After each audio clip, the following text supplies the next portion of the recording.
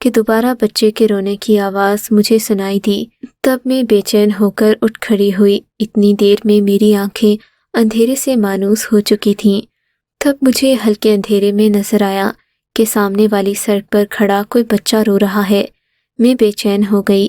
اس قدر اندھیری رات میں اکیلا بچہ کہاں جائے گا؟ اس کی تو ماں بھی نہیں ہوگی، تبھی تو باہر کھڑا رو رہا ہے۔ یہ سوچتے ہی میں سڑک کی جانب چل دی۔ جا کر دیکھا تو واقعی وہاں ایک ننھا سا وجود کھڑا تھا۔ اس سے رونے کی آوازیں آ رہی تھیں۔ میں نے نیچے بیٹھ کر بچے کو سینے سے لگا لیا۔ کیا ہوا بیٹا؟ تم اتنے پریشان کیوں ہو؟ کیوں رو رہے ہو؟ میں تمہاری ماں ہوں، چپ ہو جاؤ۔ میں نے بچے کو پیار کیا تو وہ خاموش ہو گیا۔ کافی دیر تک سسکیاں لیتا رہا۔ میں بھی اسے گلے سے لگائے بیٹھی رہی۔ ہم دونوں ہی لاوارث لگ رہے تھے۔ بچے کا رونا کم ہوا تو میں نے اس سے پوچھا، بیٹا تم کو کہاں جانا ہے؟ کیا اماں ابا نے گھر سے نکال دیا؟ نہیں باجی، میرے اماں ابا بہت اچھے ہیں۔ میری ماں تو مجھ سے بہت پیار کرتی ہے۔ دراصل رات کو ہمارے خاندان کے تقریباً 20-25 لوگ بادام لینے باہر جاتے ہیں۔ میں بھی آج ان کے پیچھے پیچھے چلا گیا، مگر وہ لوگ کہیں گم ہو گئے اور اب میں راستے میں اکیلا کھڑا ہوں۔ سمجھ میں نہیں آ رہا کہ گھر کیسے جاؤں۔ یہ سن کر میں اپنا دکھ بھول گئی۔ میں نے بچے کو اپنے ساتھ لگا لیا اور کہا، چلو اس دروازے کے پاس چل کر بیٹھتے ہیں، وہ میرا گھر ہے۔ تھوڑی روشنی ہوگی تو میں تمہیں تمہارے ماں باپ کے گھر پہنچا دوں گی۔ نہیں باجی نہیں، میں رات بھر یہاں نہیں رک سکتا۔ اگر مجھے یہاں صبح ہو گئی تو میں کبھی اپنے گھر واپس نہیں جا سکوں گا۔ بچے نے روتے ہوئے کہا، اچھا کوئی بات نہیں، تم یہیں پر رکو، میں تمہاری ماں کو آواز دیتی ہوں۔ میں نے بچے سے کہا اور سڑک پر چلتے ہوئے مین چوک پر پہنچ گئی۔ وہ بھی میرے پیچھے پیچھے آ رہا تھا۔ یہاں پر ہلکی ہلکی روشنی موجود تھی کیونکہ اس جگہ سے مین سڑک کا آغاز ہوتا تھا۔ اکا دکا گاڑیاں چل رہی تھیں مگر کسی نے بھی ہماری طرف توجہ نہیں کی۔ تبھی میری نظر سڑک کے دوسری پار کھڑی ایک عورت پر پڑی۔ اس نے کالے رنگ کے کپڑے پہن رکھے تھے اور یہ بے پناہ حسین تھی۔ دیکھو بیٹا، وہ تمہاری ماں تو نہیں؟ میں نے بچے کی توجہ اس جانب دلائی۔ ہاں وہی میری ماں ہے۔ بچہ یہ کہتا ہوا دوسری جانب دوڑ کر چلا گیا۔ میں نے اس عورت کو دیکھ کر ہاتھ ہلایا، وہ بھی بہت خوش تھی۔ میں واپس مڑنے ہی لگی تھی کہ اس نے مجھے آواز دے کر روک لیا۔ میں بھی وہیں کھڑی رہ گئی۔ وہ میرے پاس آ کر میرا شکریہ ادا کرنے لگی۔ آپ نے میرے بچے کی جان بچا دی، میں آپ کا شکریہ کیسے ادا کروں؟ اس نے ممنونیت بھرے لہجے میں کہا، کوئی بات نہیں، میں بھی اکیلی ہی بیٹھی تھی، آپ کا بچہ ملا تو مجھے کچھ دیر کو سہارا مل گیا، میرا ذہن بٹ گیا، میں اپنے غم میں کھو گئی۔ کیوں؟ کیا خیریت ہے سب؟ آپ اس وقت باہر کیوں بیٹھی تھیں؟ لڑکی نے مجھ سے دریافت کیا۔ تب میں نے مختصراً اسے اپنی طلاق کے بارے میں بتا دیا۔ یہ سن کر وہ بھی پریشان ہو گئی۔ اگر آپ برا نہ مانیں تو میرے گھر چلیں، ہمارے گھر میں بہت ساری لڑکیاں ہیں، ہم اپنے خاندان کی عورتوں کی بھی حفاظت کرتے ہیں اور ان کی زندگی میں کوئی غم نہیں آنے دیتے۔ لڑکی نے کہا، تم چاہو تو میرے ساتھ چل کر ہمارے گھر رہ سکتی ہو۔ میں اس وقت اور کچھ سوچنے کے تو قابل نہیں تھی۔ میں نے لڑکی سے کہا، تم مجھے اپنے گھر لے چلو۔ اس نے مجھے اپنے پیچھے پیچھے آنے کا کہا۔ سڑک کی دوسری جانب پار ہو کر ہم لوگ ایک بڑے سے میدان میں داخل ہوئے۔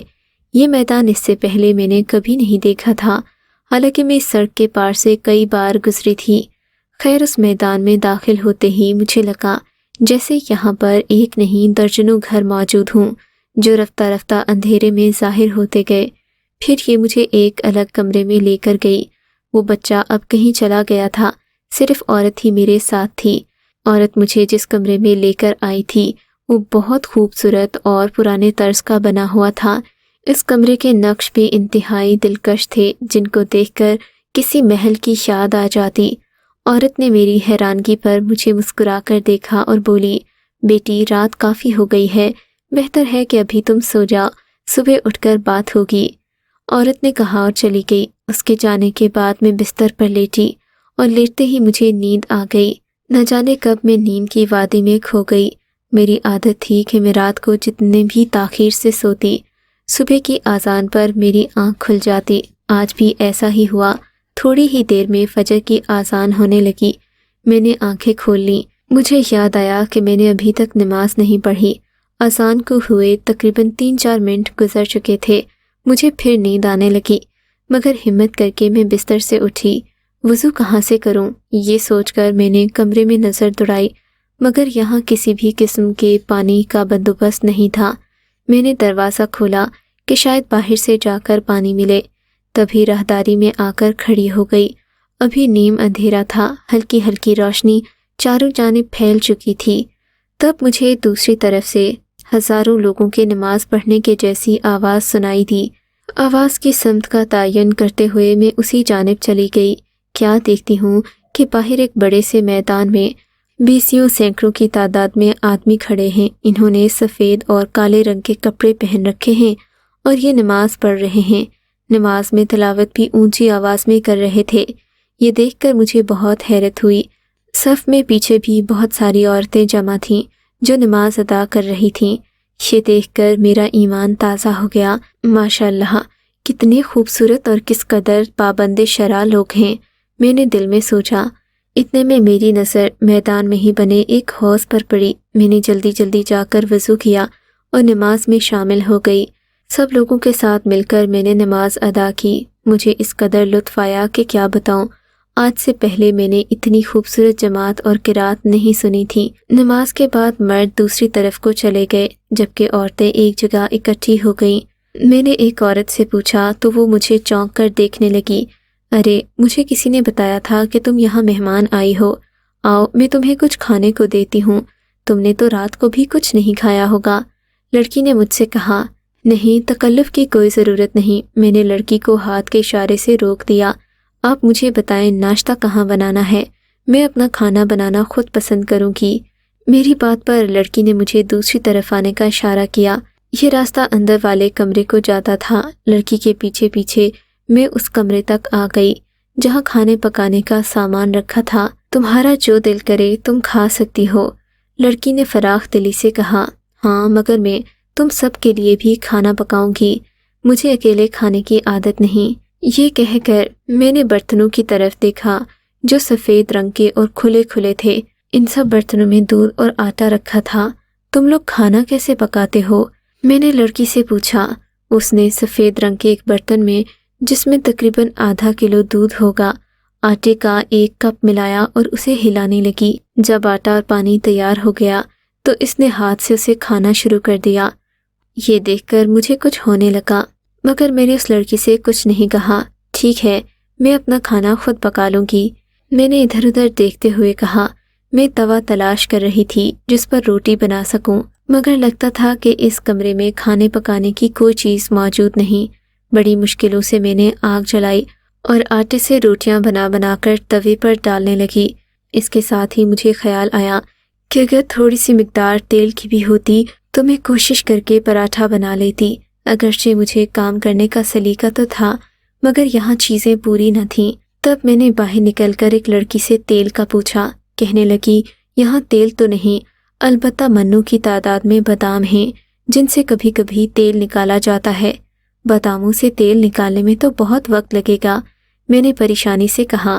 نہیں، وقت تو بالکل نہیں لگے گا۔ اگر تم تیل سے کچھ پکانا چاہتی ہو تو میں ان لوگوں سے تیل تیار کرواتی ہوں، لڑکی نے کہا اور کچھ لوگوں کو آواز دے کر بلا لیا۔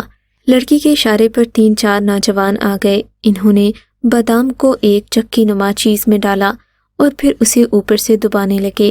نیچے بڑا سا برتن رکھا گیا جو تھوڑی ہی دیر کے بعد بھر گیا۔ ذرا سی دیر میں باداموں کا تیل تیار ہو گیا۔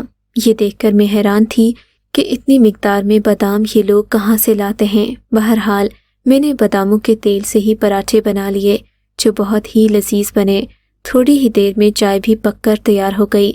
میں نے 1-2 لڑکیوں کو بلا کر صحن میں دسترخوان لگوایا اور اس پر پراٹھے اور چائے لگا دی۔ سب لوگوں کو کھانے پر بلایا گیا۔ کچھ لوگوں نے تو پہلے ہچکچاہٹ ظاہر کی، مگر جب چائے اور پراٹھے کا ذائقہ چکھا تو سب حیران رہ گئے۔ ان کی خوشی ان کے چہروں سے پھوٹ رہی تھی۔ وہ میری بار بار تعریف کرتے اور شکریہ ادا کرتے۔ میں حیران تھی کہ یہ کیسے لوگ ہیں جنہوں نے زندگی میں پہلی بار پراٹھا کھایا ہے۔ خیر، کافی دیر گزر گئی، ناشتہ ختم ہوا۔ مجھے یاد آیا کہ میں نے تو خود کچھ کھایا ہی نہیں۔ میں نے کچن میں آ کر اپنے لیے ایک اور پراٹھا بنایا اور دودھ کے ساتھ ہی کھا لیا کیونکہ چائے بھی ختم ہو چکی تھی۔ وہ دن میرا اس گھر میں بہت اچھا گزرا۔ سب لوگ جیسے میرے گرویدہ ہو گئے۔ اب روز کا معمول بن گیا۔ میں روزانہ چائے پراٹھا بناتی اور یہ لوگ کھا کر کام پر چلے جاتے۔ میرا کھانا ان لوگوں کو خوب پسند آیا۔ اب روزانہ مجھے طرح طرح کی چیزیں لا کر دیتے اور میں ان کے لیے کھانا تیار کرتی جسے سب بہت خوش ہو کر کھاتے۔ اپنی اتنی قدر دیکھ کر میرا دل خوش ہو جاتا، مگر اب مجھے گڑبڑ کا احساس ہونے لگا تھا۔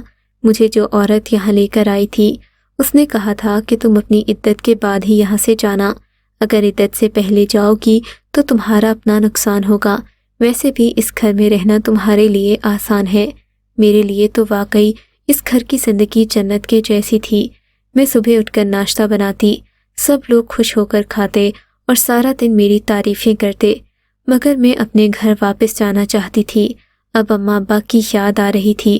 ایک دن میں نے اسی عورت سے بات کی، اماں جی مجھے اب اپنے گھر جانا چاہیے، گھر والوں کی یاد آ رہی ہے۔ میری بات پر بوڑھی عورت افسردہ ہو گئی، تو ہمیں چھوڑ کر چلی جائے گی؟ اس نے اپنے آنسو پونچھے اور مجھے گلے سے لگا لیا۔ اماں جی آپ کا بہت شکریہ جو آپ مجھے یہاں لے کر آئیں، اگر آپ نہ ہوتیں تو نہ جانے اس رات میں کہاں جاتی اور میرے ساتھ کوئی حادثہ پیش آ جاتا تو میں ساری زندگی خود کو ہی کوستی رہتی کہ میری غلطی کی وجہ سے مجھے طلاق ہوئی اور میں اپنے آپ کو سنبھال نہ سکی۔ میری بات پر بوڑھی نے مجھے دلاسا دیا اور کہنے لگی، پریشان مت ہو، میں تمہیں خود تمہارے گھر چھوڑ آؤں گی، مگر تمہارے جانے کے بعد ہم آگ پر پکی روٹیاں بہت یاد کریں گے۔ ہم یہ روٹی چاہ کر بھی نہیں پکا سکتے، آگ ہمیں جلا دیتی ہے۔ اس عورت کے منہ سے یہ بات سن کر میں حیران رہ گئی، کیا مطلب؟ تب بوڑھی عورت نے پراسرار لہجے میں جواب دیا، بیٹی ہم آگ پر بنی کوئی چیز خود نہیں پکا سکتے، اگر تو ہمارے لیے کچھ کرنا چاہتی ہے، ہمارے احسان کا بدلہ چکانا چاہتی ہے تو کبھی کبھی وقت نکال کر ہمارے لیے ایسا ہی کھانا بنا دینا، ہم تمہیں اپنے گھر لائیں گے، تمہیں اچھا معاوضہ دیں گے۔ بوڑھی عورت کی بات پر میں نے اس کے ہاتھ تھام لیے، اماں جی آپ کیسی باتیں کرتی ہیں، میں آپ سے کیوں معاوضہ لوں گی؟ آپ میری ماں کے جیسی ہیں، میں آپ سے وعدہ کرتی ہوں گھر جانے کے بعد بھی آپ کی خدمت کرتی رہوں گی، میں نے بوڑھی عورت سے کہا۔ تب اس نے مجھے میرے گھر پہنچا دیا۔ میں حیران تھی کہ ان کو میرے گھر کا پتہ کیسے معلوم۔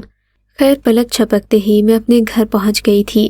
اماں ابا مجھے دیکھ کر خوش تو نہ ہوئے، لیکن جب میں نے اپنی طلاق کا بتایا تو وہ بھی رونے لگ گئے۔ میں نے اماں سے وعدہ کیا کہ اب آپ ہی کی مرضی کے مطابق زندگی گزاروں گی۔